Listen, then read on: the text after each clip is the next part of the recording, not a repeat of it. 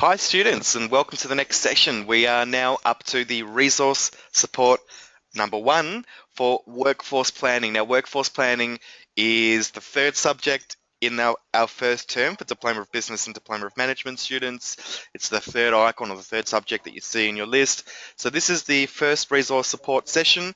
The good news about this subject, guys, is that there's only going to be 2 resource support workshops, only 2 sessions where your trainers are going to be providing information in relation to the subject. It's a slightly smaller subject. And so in this session today, in the resource support session today, we're going to be taking through the very, very first learning activity. You'll see your first learning activity is there as research workforce requirements. If we open that up, this is what it looks like. We've got a set of 4 questions which we'll take you through today. So by the end of this session, you'll have all of the information that you need to successfully answer those questions found in the first learning activity, which is called Research Workforce Requirements. Just recapping, this is the resource support session 1, only 2 for this subject, and then the third session will be like how we do it with the others, will be our assessment support workshop. Joining me today is the lovely Alison. Alison, thank you so much for being here with us today to talk about workforce planning. How are you doing? I'm good, thanks. My pleasure to be here. This is it's a good unit. This one, it's quite holistic and it covers a lot, but in fairly general terms. So, and I think it flows on really well from what we've already covered with the project management, and we've talked about time management and all sorts of things, so forth. So this comes along really well. You're spot on with what you say. That it really is just a very holistic subject. It covers so many areas. It really does roll on from what we were talking about in our last subject in reference to planning and preparation and risk management and all of those things. But it's a high level view. It encompasses almost everything in a given business. And so I guess, yeah, we'll do our best to talk through some of the key areas in relation to workforce planning. The unit itself, for students that are interested, the actual unit is actually Manage Workforce Planning. And for more information on the actual unit description, you can go to training.gov.au to find information on the breakdown of this particular unit, or like how we have for our other subjects, if you go to the additional reading and resources, we give you a unit outline in there as well. So this is workforce planning, like how we generally do the other subjects, Alison. I thought a good starting point might be just to sort of just work through a couple of definitions or describe a little bit. Fantastic. Yeah, describe a little bit about what workforce planning actually is, and then we can sort of start to break it down a little bit from there. But okay, so Fantastic. I've got a couple of explanations here. I've got a Google definition, which is always a very generalized sort of definition, not always the go-to or the best, but I always think it's good to have a range. I've got some which are taken from your learning materials, guys. I've got some that I found, I think, on the Australian Public Service, the APS website. I found some definitions, so I'm just going to rattle a few off and let me know what you think. So the first, Excellent. I mean, Google's not the be-all and end-all, but it's always a good place to start. If you look at something and think, I've got no idea, what is this going to encompass? What the heck does it mean? Starting with something generalised like a good old Google search, at least it's going to head you in the right direction and give you some general overview of, and hopefully you'll get that aha moment and move on from there. absolutely. So I'm just going to rip some of these out. So we've got the first one. Workforce planning is a core process of human resource management that is shaped by organizational strategy and ensures the right number of people with the right skills are in the right place at the right time to deliver short and long-term objectives. That was actually my Google definition. I liked it so much that I had to keep it. I thought it was just a really nice description. I'm going to keep going before we chat about it. Another one here from the Australian Public Service website.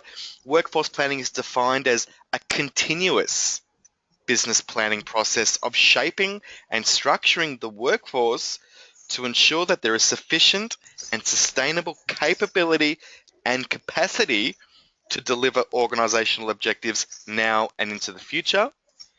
It's pretty much saying the same thing as the last definition was saying. It uses a few buzzwords, capability and capacity, which we'll break down for you in a second as well.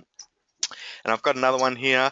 Workforce planning is a business-driven and business-owned process. It's about knowing your organization's business and using this knowledge to position your organization's workforce to best deliver your business outcomes and manage workforce-related risks. I think a combination of those three definitions for me perfectly and beautifully encapsulates what workforce planning is, which, as we've said, is a method of matching what the organizational strategy, so shaped by the organizational strategy is what I said in the first definition. It's about getting the right people with the right skills at the right time in the right places to be able to match that strategy. So whatever it is that the business are doing, our workforce or our human resource, the people that are employed, our staff, the people that are working in our business, we want to make sure that they have the right skills and we have the correct amount of them, and we're preparing ourselves for the future. So workforce planning is simply about drawing that connection between whatever the strategic goals, whatever the business direction of the business is, with the human resource requirements, the people, the human power that we need to drive the business forward in the same direction as what our strategy is. Alison. Exactly. As I said before, it's very much an extension of our first couple of units that we've gone through. It all starts to fall into place and make sense. When we talked about project management and, putting together your project teams and everything, one of the key structural points in that one even was getting the right skill set. Who's got strengths and weaknesses in different areas that you can put into certain roles. So this is all a part of that, and a couple of key words that you said there in some of those definitions that really drew my attention, things like shape and structure and objectives, moving, looking at now and into the future. There's, so many parts to it that all fall into place. Yeah, absolutely, absolutely. So there's a couple words that I want to clear up as well. I mentioned capability and capacity, and they're sort of the two dimensions, I guess, that we look at when we're trying to work out what our current workforce profile looks like right now, which we'll talk about in a second. I'll just clear up these couple of definitions before we move on. So workforce capability is what the workforce can actually do. So if we're talking about the word capability, we're referring to the skills and knowledge of the workforce. So what skills, what knowledge do we have? What are our capabilities? That's what we're talking about. And workforce capacity is how much can the workforce do. So the capacity is like the volume. How much can you fit in? It refers to the availability of what workers are available to do, maybe the absolute numbers of staff, and so forth. So workforce capability is the skills and knowledge. Capacity is the amount of those skills and knowledge that we have in the business. I guess a good starting point here is, why bother? Why do we even talk about workforce planning as a subject? Why bother? As you say, having those organisational objectives now or in the future, matched with a plan for the workforce and a plan for our people. Why bother doing that? Oh, there's many reasons really when you think about the big picture, and I'm sure everybody can sort of take a step back and look about maybe a place that they have worked before themselves or somewhere where you are at the moment, and have a think about that, and those two key words that you just mentioned, sort of what is the capability? What am I able to do and do well at the moment? And what's my capacity? Like, how much time have I got to do these things correctly? How much work can I take on to do things capably and, to the best of my ability? So, and even when you're thinking about things at home or your family, have you taken a step back and thought about, well, what can we achieve? What can we do? What are we capable of doing now? And how much of it can we do effectively? Absolutely. Absolutely. I'm going to actually open up an image that I've found. Just let me know if you can see that. Yep. And it's the actual steps of workforce planning. So we might actually just talk through students just really briefly through this cycle so that they're kind of familiar with what we're actually talking about. So we've been talking in general terms, but workforce planning can be broken down into an actual step-by-step set of instructions or process, if you like, and it looks a little bit like this. So workforce planning is, in the first step, profiling your workforce, which means getting an understanding on the capability and capacity that you have already. So by capability, again, the skills and knowledge, what are the skills and knowledge that we have in our team? And how many people have we got, and what are the availabilities of our workers at any given time? That's doing a profile. That's the first step in doing a workforce plan, is understanding what you've got available to you right now. A funny example of this is in our team right now. We've got a biomedical engineer on our team, and he is working as a like an IT or a back end administrator. So he's working with computers. He's working in the tech side of the business, but he's actually a biomedic engineer. Now, I don't suggest that our business needs a biomedical engineer right at this moment, but if that was the direction that our business was deciding to take in the future, it would be interesting to know, or that information would be helpful for us in the future. So I guess the point of what I'm saying here is that you never know what the skills and knowledge that you might have on your team. Don't presume that you know what who your team are, for example. There are some hidden skills that might be existing in your team already. So the first step in workforce planning is simply doing a profile and understanding of what you've got available to you, the capability and capacity. Second stage is doing what we call forecasting needs. So at this point, we have a look at what our organizational objectives are, or our strategic direction is, which we'll do a little bit of we'll talk a little bit about in the next section. And we make between step 2 and step 3, we make an analysis on what we are missing. Okay, so here's where we're going to be selling this product. We're going to be opening a brand new store. We're going to be opening a new store. Do we have the staff right now to cover it? Probably not. We'll probably need an extra 5, 10, 15 staff. Okay, and that's what the gap is. So the gap is basically identifying what's the difference between where we need to be as far as the profile of our workforce and where we are right now. Now, developing strategies and implementing strategies, that's a matter of just considering the differences between either upskilling some previous staff or promoting people into other roles, or the strategy being, do we hire for that role? Who do we hire with? Do we use an agency to hire? Do we use internal mechanisms for hiring? And basically then implementing strategies, well, that's really completing it, and then monitoring and evaluation. So you complete your process of filling in those gaps, which could be over a short or a long period of time, because as we know, workforce planning will take care of the short and the long term. And the last part in most good cycles or most good processes is to monitor and evaluate. And by monitor and evaluate is to just understand, yep, did we get things right there? Could we be doing things a little bit better? Same as we did with our projects, wasn't it? At the end, you've always got to take that step back and have a look and go, okay, yeah, what worked really well, what didn't work so well, what would we do different next time around? Absolutely, absolutely. Now, I mean, for me, I guess we talked a little bit about risk as well in project management, Alison. I think, I consider this as a risk management tool for in any given business as well. This is really preparing the workforce to meet the needs of what the business is trying to achieve. So whatever project we're trying to do, and we talked about project management in the last subject, if we're not preparing our workforce to meet the needs of these projects, we are doomed. We're absolutely doomed. If we don't have the capability and capacity to handle the work that we're trying to set ourselves up for, we're going to be in a bit of trouble.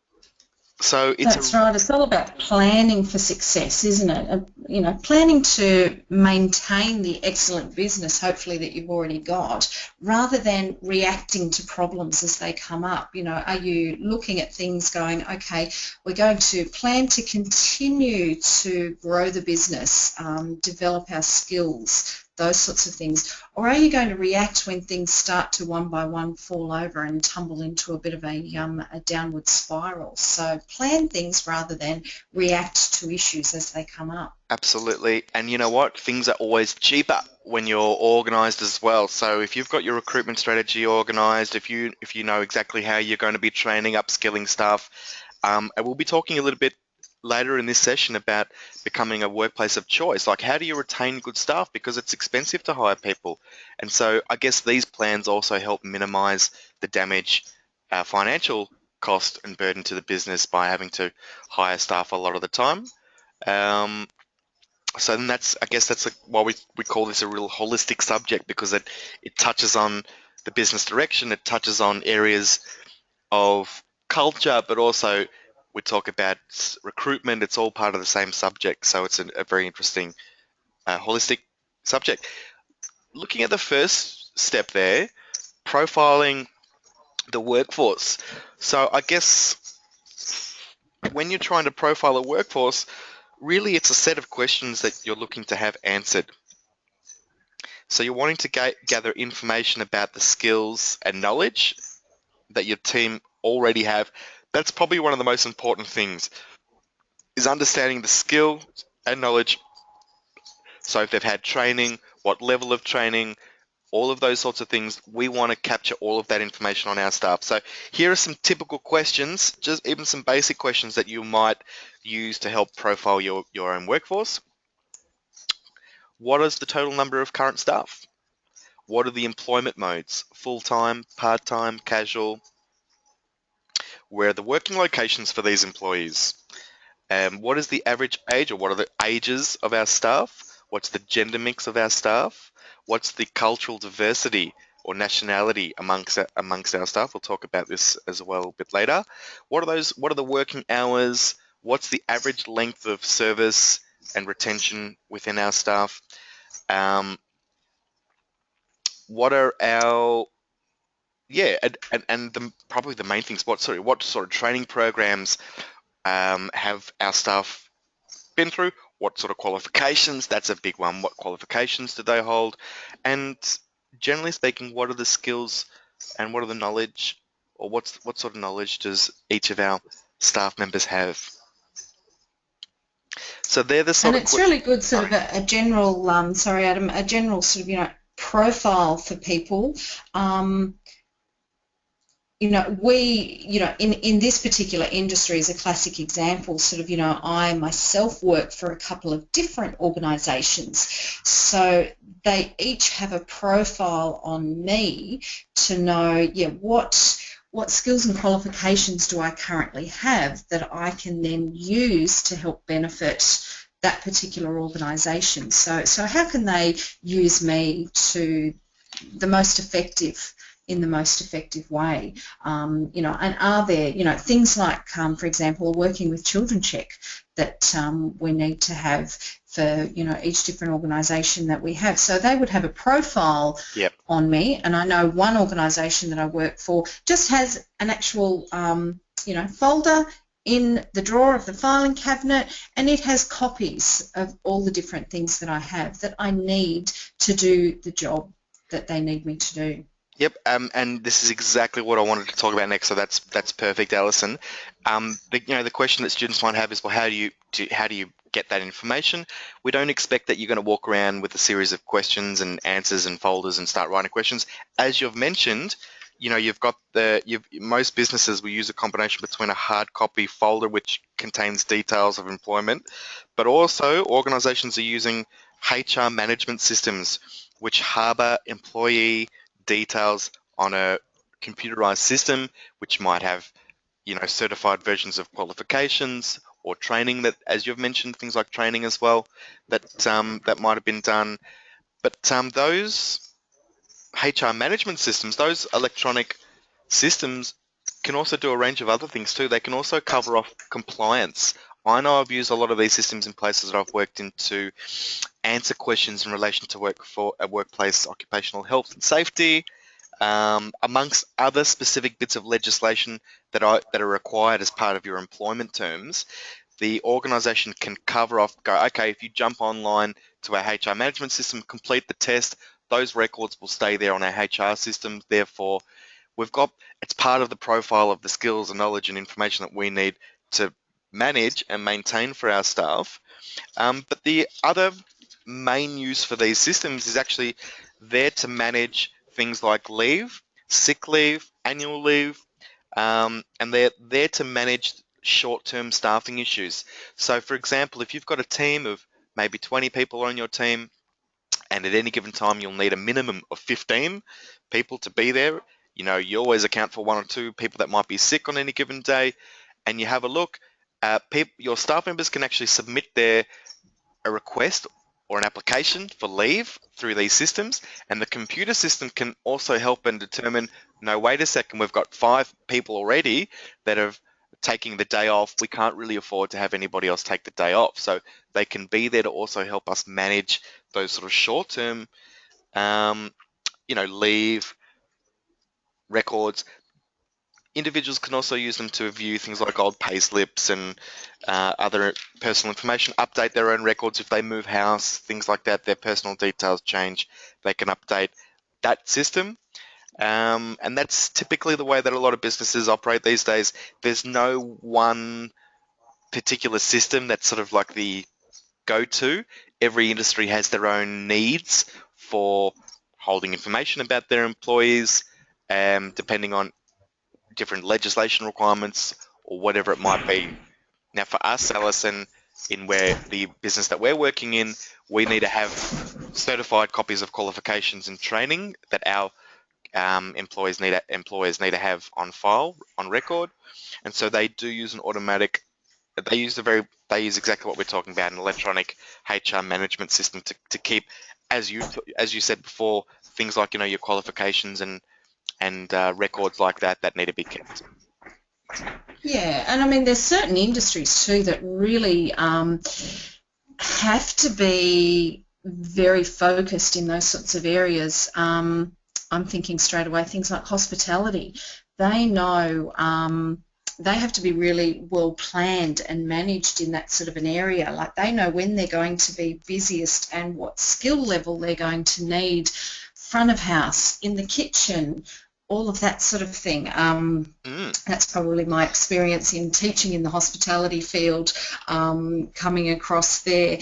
But having a look at how to roster the right staff at the right times is crucial in that business actually being able to function for every shift that they've got, and being able to do it really well. So, having the management in place to know what's needed and when, as far as their actual workforce and their staff, is crucial to that business actually, still being around in 12 months' time. So they're really, really important. You speak to anybody that works in recruitment or works in human resources of any given business, they use their own HR management systems to manage all of these things, to manage the leave, the pay slips, everything that you've just talked through there. That is pretty much what the students will need to assist them with that first question. So Alison, the first question here is, what processes do you have in place to collect and keep workplace information on numbers of employees, age and gender breakdown? You can talk about those, the two different versions that we've just talked through there, and use those as to form your own answer.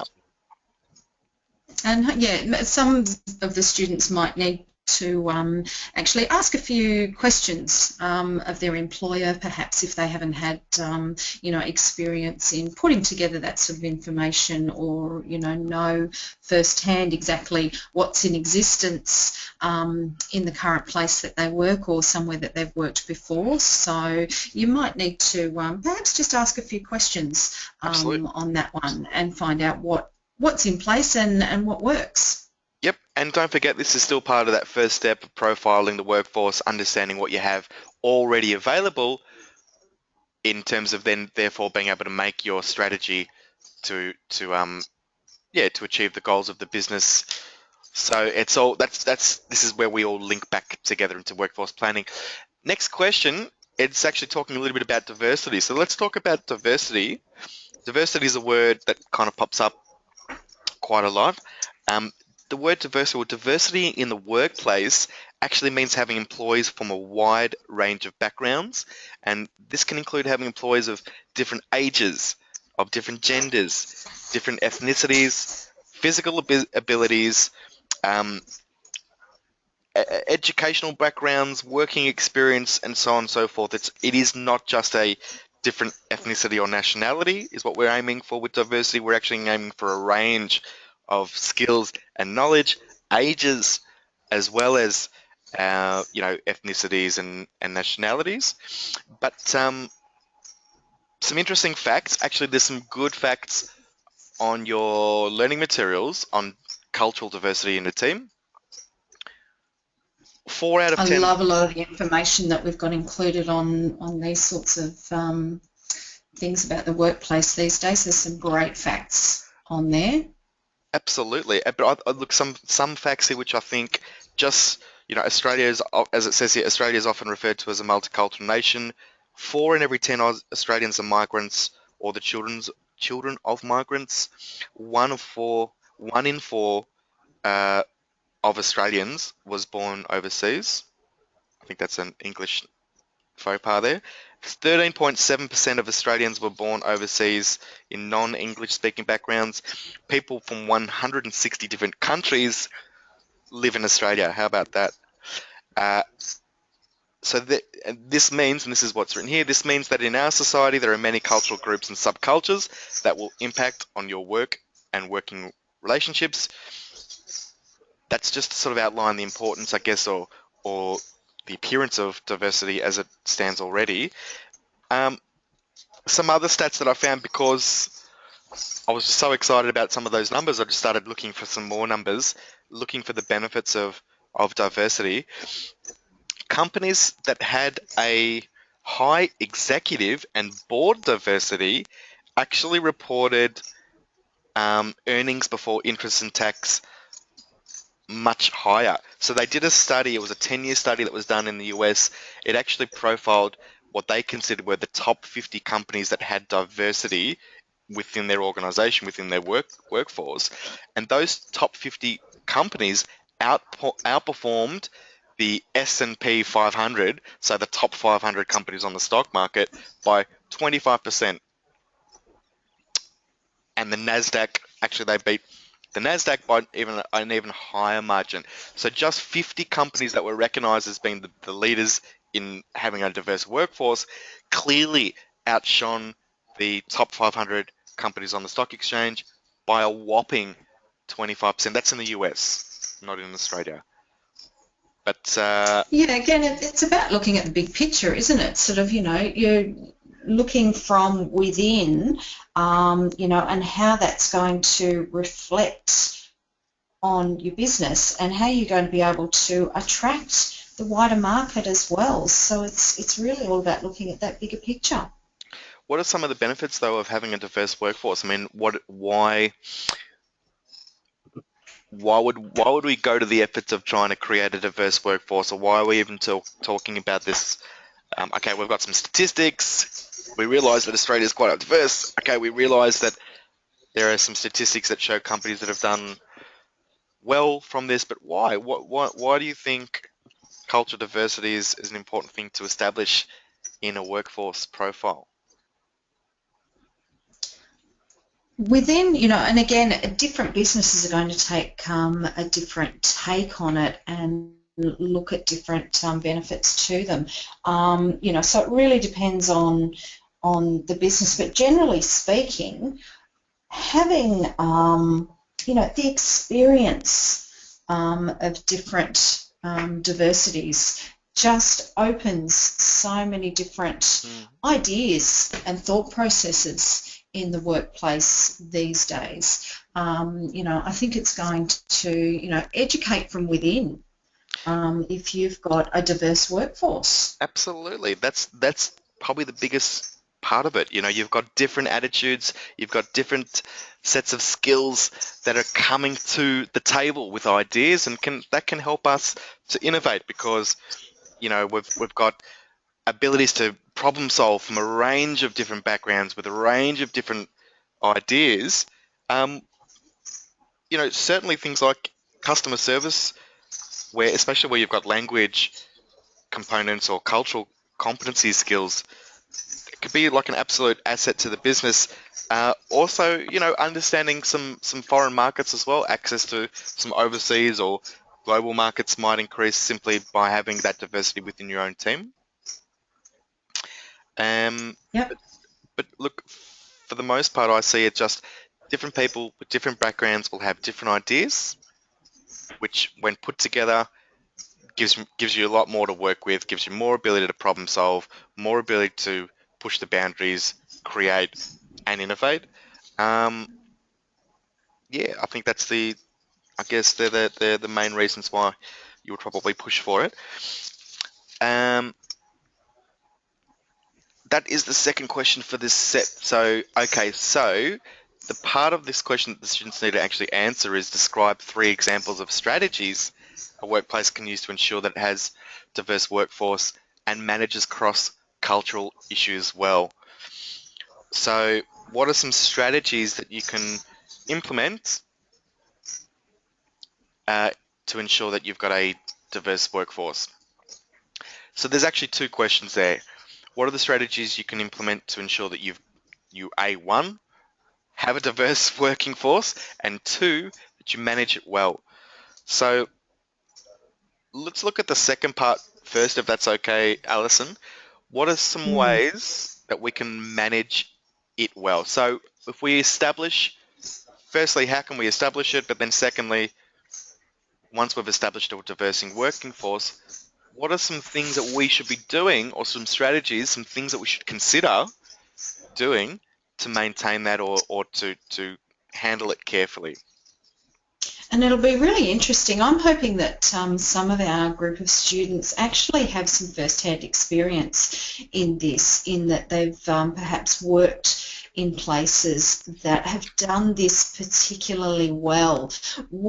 In what ways have they shown value and appreciation of different cultures, for example? Yep, How have they implemented education strategies? perfect. Have they implemented those different ideas of education from within, why different cultures have different holidays, different ideas, having those different days where it might be, we're going to have lunch from a different culture, Perfect. just, some really simple ideas like that can just open so many doors and so many ideas and thought processes and educate from within. It's really true. It's really true. Doing those little things seems really insignificant, but can be really important to the individual, that there's care and there's respect for their background or whatever their situation is. Other ways, you can always try and encourage employees to work in groups together, but also encourage your employees to work in different groups. So don't just allow the same people get together. Okay, we need you to pair up. Okay, if you're going to get people to pair up to do activities, get people that maybe haven't worked together to pair up. So you're really promoting that, connection of working together, working with different people, working with people that you haven't worked with before, things like that. Um, as far as bringing people into the business, I think there's uh, when we're hiring, we of course we have to stick with equal opportunity, EEO, equal employment opportunity, that is. So there are pieces of legislation that we have to stick to anyway as far as discrimination is concerned. We have to treat everybody equally and fairly. So they're the minimums anyway. But what are some things on top of those pieces of legislation that are out there that we can do when we're trying to bring people into the workforce? I've got a couple of ideas here. Um, One is using different advertising methods. Don't just advertise using the exact same ad in the same location with the same medium. Try a different website to advertise. Try a newspaper, or try a different newspaper to advertise. Try a different channel. Try a different advertisement. If you're using the same mechanisms to recruit talent, you'll find that you'll get a similar variety of applicants coming through the door. So change up the way and the locations that you're actually advertising, because you're going to get you're going to open the net up for the range of different people that you can that you can get out to. So that's an idea. Another idea is also to build diversity into your selection committee. So you're going to have some people there that are going to be the ones that are responsible for hiring and firing or making selections. Put some diversity in the mix there as well. If you've got the same age demographic, if you've got the same group of nationalities when you're in that selection committee, that's not that could be a potential trap in and of itself. Absolutely. I've sort of seen firsthand some perfect examples in that sort of an area. I have actually been part of some selection committees that had to have people from specific groups involved, because it would, widen that net. It would actually encourage people from different cultures and things like that to become a part of your organisation, and you might be thinking, people from an Indigenous background. You might be thinking people from, different beliefs, all of those different backgrounds that we talked about before. So cross-cultural doesn't just mean one particular thing. It can mean so many different types of people. So, making it as inclusive as you can to, so many different people. Absolutely. Look, culture, I've got it written down here. Culture is defined as a person's heritage or worldview, the way that we live, the way that we behave. It's our beliefs, it's our values, it's our systems. Therefore, culture means a lot of things. It actually has one of the greatest influences on us as human beings that we can have. So to have a range of different attitudes and expectations and beliefs, and a range of different backgrounds and levels of understanding, is only there to help us, increase our abilities as an organisation, increase our capabilities, really. So yeah. Yeah, so you mentioned there before as well, having diversity in age, so having young, old, everyone in between can, sort of really open up the thought processes and the ideas, and again, the levels of experience that you're bringing into your workforce. Absolutely. I mean, young people are fantastic to hire because they're enthusiastic, they're ready to learn, they're prepared, they're usually quite technologically savvy. The older generation tend not to be as technologically savvy. However, they've got a huge amount of experience from previous life experiences, from previous working experience, so many other things that they bring to the table that it's crazy for us to consider only just one group of ages when we're hiring staff. And this is sort of what I was sort of mentioning before. By changing the locations that you advertise in, can actually promote a range of different ages as well. If I'm only advertising my job openings on one particular website, I might be missing out on a whole range of people that wouldn't otherwise. If I was only advertising in a newspaper, like the local newspaper, for example, I'm probably not going to hit up a lot of young people through that channel. So understanding the demographics of the people that are accessing those channels is also important as well, but using a range of different ones will help too. Next thing we're going to talk about, Alison, question 3, is actually exit interviews. So let's have a bit of a chat about exit interviews. The question here is, explain why exit interviews are important in the future planning of your workforce. Again, this will be interesting to see if we've actually got people that have had experience with that. Have you ever actually been through that situation where you've taken part in an exit interview? So that's actually going to open up the ideas there. Personally, I have been part of that exit interview process before. Yeah. And some of the thoughts that I had following that, it opened up the opportunity for me to give some awesome feedback, and it also gave me the opportunity to think, well, I've actually been heard. As you're leaving, but yes, true. Yeah. Look, I mean, for me, exit interviews are part of a greater strategy to build that culture and to ultimately minimize the amount of people that are walking out our door. And this is sort of how what we're talking about right now comes back to workforce planning. We're trying to build our workforce for the future, and we're trying to do that in the most effective and, let's be honest, cheapest way possible. If we're minimizing the amount of people that leave, we're saving cash. So, knowing the reasons why employees will leave will assist us in handling and identifying our weaknesses and therefore becoming a much more enjoyable place for others to work. So, what are some of the questions, Alison, that you were asked when you went through that process? What are just some of the general questions that you might get asked in an exit interview? What are sort of the typical questions you might expect? And it comes down to even some general questions like, what do we do as an organisation really, really well? What do you think we could improve on as far as what we do? And it can be questions that talk about, might help the reputation of the company, Mm, or questions that might actually help people within, help the current workforce feel more valued. So, it can, look at a range of different things. How can we help our staff feel more appreciated? absolutely. Absolutely. And look, probably the most obvious question is, what's your reason for leaving? Mm. You know, if we don't ask these questions, we'll never know. We will never know. But yeah, you can uncover a lot. And the funny thing is, Alison, when people are halfway out the door, they're so willing to just spill the beans and oh, and get everything off their chest. As you said, it's an opportunity to be heard.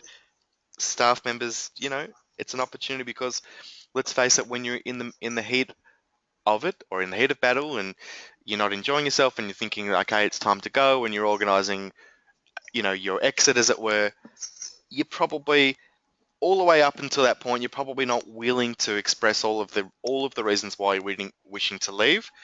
It might not be comfortable for you. There might be some interpersonal issues that are going on, probably more often than not there are, and more, quite likely the only opportunity that you'll ever get to fully express yourself and how you feel about certain things is through that exit interview. So therefore, as an organization, we need to be really good at promoting exit interviews and putting them in there as part of our overall recruitment strategy. We must attempt to get an exit interview from everybody that's leaving the And you business. might find that you've got those people that are always venting their ideas and their anger and things like that along the way. But by doing this, actually gives the opportunity, hopefully, that will be done professionally and that you can document it really well also. Because if you're documenting it in this proper fashion, then you'll be able to use it so much more effectively. That's a really good point. We actually talk about formal and informal communication throughout this course. It sort of pops its head up from time to time. I think you're spot on. An exit interview gives that opportunity to formalize that communication rather than just having that water cooler chat of, you know what, John used to sort of, frustrate me, blah, blah, blah. Okay, that's good. But if it's in an exit interview, we can document it as formalized communications. We can use that and say, okay, here is absolute unequivocal proof of we might have issues with some parts of our business, whether it be process or people.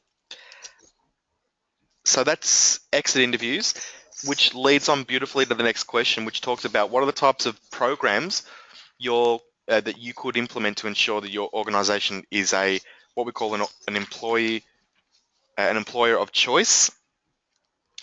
So really what we're trying to do is we're trying to provide a positive working environment for our staff. The more enjoyable our working environment is for our staff, generally speaking, the more productive they are. Generally speaking, the longer that we're going to keep them. If it's a really unenjoyable place to work, we're not going to be able to keep our staff as long. They're going to leave. They're going to leave with all of the skills that we've trained them up in. They're going to leave with product knowledge, information on our business and strategy and customers. They're going to leave with a lot of information. And we know it's expensive. Hiring is expensive. There's there's a lot of things that we have to do to get our staff up to speed. That costs money. We'll be talking about that in the next section as well. But what are the things that we can do, generally speaking, to make our environment what we call an employer of choice, a place where people want to work? Because if we create an environment that people want to work in, they're not gonna want to leave. We've got the ability to continually upskill them, which means that we've got a greater pool of capabilities to choose from, um, that exist in our workforce. We're more what we call flexible and agile as a business to be able to bend and flex. People can move from departments. We can move into this area over here. We can move into that product or service over there with very minimal fuss. So that's what we call agile. What are some things that you've seen, good things and bad things before, Alison, in workplaces that you go, oh, see, this makes it an enjoyable place, or likewise the opposite? What are some things that you look at in a business and go, that's not great? Yeah, it does comes down to sort of your key areas, but the main ones, sort of one of the benefits to the staff that the employer is actually providing, and that might be, just the things like, and it could be monetary bonuses and things like that they're providing. Is it going to be, they take all their staff on, a yearly retreat, or Yeah. involve all key employees in a conference at the end of the year, and not just in their own office, but they might take them somewhere for that. Mm, mm. Um, is there, a great reputation that's coming across? And my thought goes straight to companies like Google. Yeah, Have you seen a lot of the stuff that Google do for their it's amazing. staff? It's Some amazing. really out there ideas, but that certainly, some of the things that they do makes them an employer of choice in the community. Everybody looks Their at it and goes, wow. their business is quite different to the way that a lot of other businesses will operate, because their business is geared for innovation. They've got a very, very simple product or service. They just happen to be the number one in the world with it, and just happens to be Google. I mean, we all know Google. It's probably like one of the most recognizable brands right now. But their whole business is geared around innovating and doing something different. So they're trying to actually inspire their staff to be innovative, and by being innovative, they're trying to create an environment where they're likely to be creative. So they have game rooms, and they can go to sleep during the day if they want to. There's a bed for them in the office. They can have a nice snooze. Uh, that's all well and good for those types of businesses that are really trying to only innovate. There are other businesses that have less scope for innovation, because they're much more about providing a particular service which has limited ability to innovate on. So not all places can do the full extent of what Google does as far as that kind of funky environment. Although it's a good start. Open your eyes up to trying different things. Some businesses give their staff the day off on their birthday. Um, I don't. That's not a bad one. I actually like coming in on my birthday because everybody wishes me happy birthday. But in your learning materials, guys, there's actually 5 different steps that are listed there to becoming an employer of choice. The first step says providing a positive working environment. The second step, and this is exactly what you're talking about, Alison, says reward, recognize, and reinforce behavior. So if somebody does a great thing, let them know they're doing a great thing. If you're not recognizing and rewarding people for doing the right thing, it's going to be a case of, you know what, I don't know what they think of me here. I work really hard. Nobody ever tells me I'm doing a great job here. That's going to start to wear on you a little bit, and it's going to create a negative environment. And you need to reward the correct behavior. So as you mentioned, I think you were talking about financial incentives or bonuses. You're bringing that up as an idea, and it works. It works. If you work really well and you get rewarded for it. Something that we talk a little bit about next in the next subject when we talk about teams and high performing teams is involvement and engagement. The more you're likely to involve and engage your staff on key decisions, important decisions, things that relate to the actual business itself, the more likely that they're going to stay motivated, committed, and enjoy the environment that they're taking ownership of, that they feel like they're a big part of. Another strategy or step is training by by committing yourself to upskilling and training and you know giving employees an opportunity also to change their roles up a little bit. So, Alison, if I put you through a training program and now you can work in two different workstations at the same time, and sometimes I put you in that station, sometimes I put you over here, all of a sudden your working environment is so much more varied and there's so much more to it than what was previously. So, by giving you some more information, by helping you grow as a human being, you're also likely to enjoy the environment. And the fifth step here in your learning materials talks about evaluating and measuring. Like most last steps in any good cycle will be an evaluation and measuring. Um, Measure your retention rates. Measure your conduct employee surveys. Have a chat to your employees. Work out, are they happy? Are they not happy? Um, but yeah, a lot of organisations tend to do Friday night drinks every Friday or maybe once a month, last Friday of every month or first Friday of every month, they'll do free drinks for their staff so that staff can interact with each other a little bit on a more social sort of basis. Um, yeah, those sorts of things. For me, and it's not always easy, but for me, the big one is involvement and engagement. It will depend on the individual because my value set will be different to yours, Alison, and different to anybody else's. But for me, that's a real big one. If somebody, that's how I'm going to be. That's how you can keep me in any organization for a long time. If you involve me in what the business are doing and trying to achieve, and I feel very much engaged in the business, then I'm not likely to leave. If I feel like my involvement is incredibly minimal, I'm not engaged. I have no, I'm not a part of any of the future direction or part of being creative or part of that general involvement, my motivation starts to wane. So, fortunately or unfortunately, you're going to have different motivations from different people. So, yeah, That's right, isn't it? I mean, some people, very much need to know, or at least have some idea, what are the career advancement opportunities within your organisation? yeah, How are they going to be challenged along the way? So, again, think about what motivates you, and what you've seen being offered to you before that's made you think, oh yeah, I really, really enjoyed being employed or like being employed with this particular company because of these very good reasons that they actually give me. yep. Um, we talk a little bit about it later on, but performance plans. So, yeah, you were talking about, career pathways. I think was that the term that you just mentioned before. Um, Mm. if you can give your employee a sense of direction as well for the future or something to aim at and point towards, that'll keep them motivated and excited as well. So you say, okay, so look, in a year's time, you're going to move into a team leader sort of a role, or we're going to groom you for that. We feel that this is the gap right now, but here's what we're going to likely do in the next 12 months. We're going to offer you some training. We're interested in getting you up to speed and skilled up. That's going to keep me motivated for improving my own performance.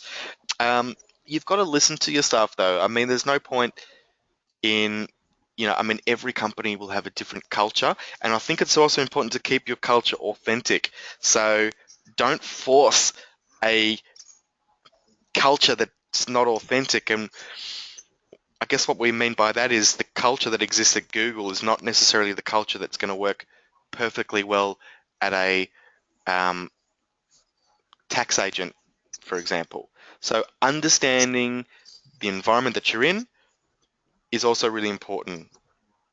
So an organization should also have its own authentic sort of vibe, and that's usually reflected by the service or the product that they're offering and the target market that they're usually engaging with those services and products.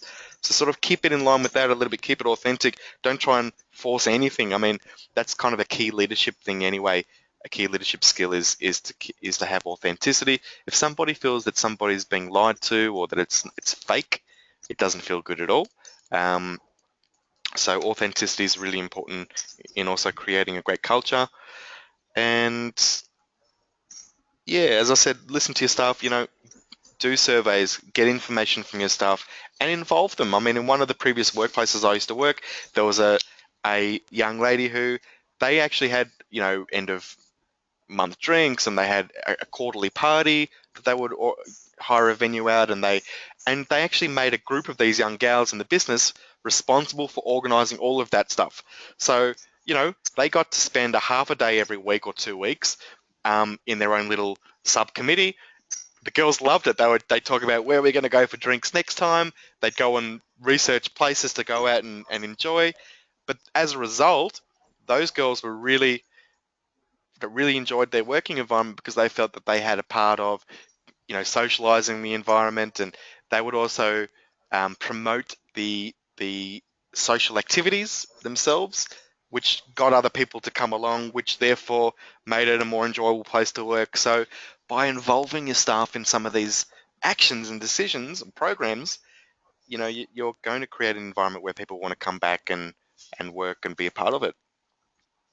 Yeah, it could be, the good old casual Friday, or, Oh, there's so many different ideas and things out there. But, not just, listing them, just give us a bit of an idea in your answer of why you think that's actually going to be something that, people will look at instead of just going, oh, they're always wearing their jeans on Friday. yeah. What also does it show? Oh, I love to go in there on Friday because yeah, they're all dressed really casually or a little bit wacky, and they've got such a relaxed atmosphere. They're more inviting, So what benefits does it actually bring? So what Absolutely. sort of programs can they put in that benefits the business really in an obvious way?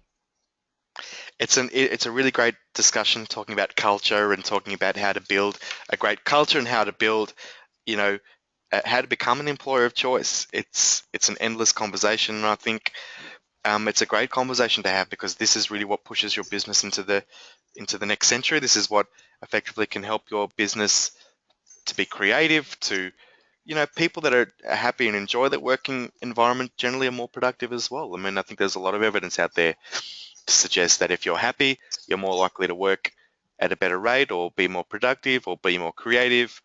So there's so many great benefits for creating a great environment for your employees to work in. And so this talking about workforce planning, it all kind of comes together because if we can retain staff and we can train them up and get them involved and excited, we can actually help build the future workforce through a few methods, but one, through maximizing the capabilities that we already have within our organization.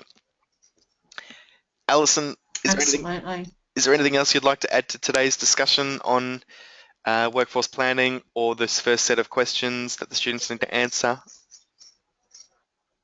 No, look, as I said, sort of, just bringing through your own ideas. What have you experienced yourself that's been absolutely fantastic, or maybe what have you experienced that hasn't been that fantastic that you then moving through to the next position that you get or the next company that you want to work for, you think is going to be the better way of doing things. Absolutely. So think a little bit about your own experiences here a bit.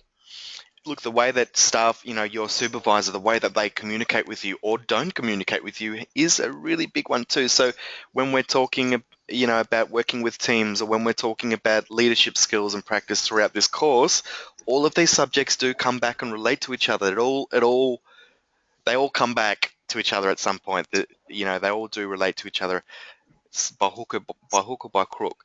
Um, But yeah, all of those things can make or break somebody's experience in the workplace, and anything that can do that is what we're referring to here. So anything that can assist in making it an environment where people would want to come back every day and work, that's what we're looking for. Fantastic. Really looking forward to hearing people's ideas and thoughts as they come through. Beautiful. So that ends this session. Next session, we're going to be talking a little bit more about the strategies and the ways to do the last part of what we call workforce planning. So we've talked a little bit about the importance of retention strategies and culture and becoming, diversity, becoming a workplace of choice, but also profiling your workforce and workforce planning as a whole. Next week, we pick up from there and we'll be taking you guys through the next couple of learning activities. So stay tuned for that one. This is one of two. So guys, this is the end of the very first resource workshop. Join us for the second and final resource support workshop for this subject next week. Thanks for joining in. Alison, thanks for being here. Thanks for the chat. Fantastic. Look forward to hearing everybody's ideas and thoughts on this one. Sounds great. Sounds great. Beautiful. Thanks for joining us, guys, and we'll see you in the next session.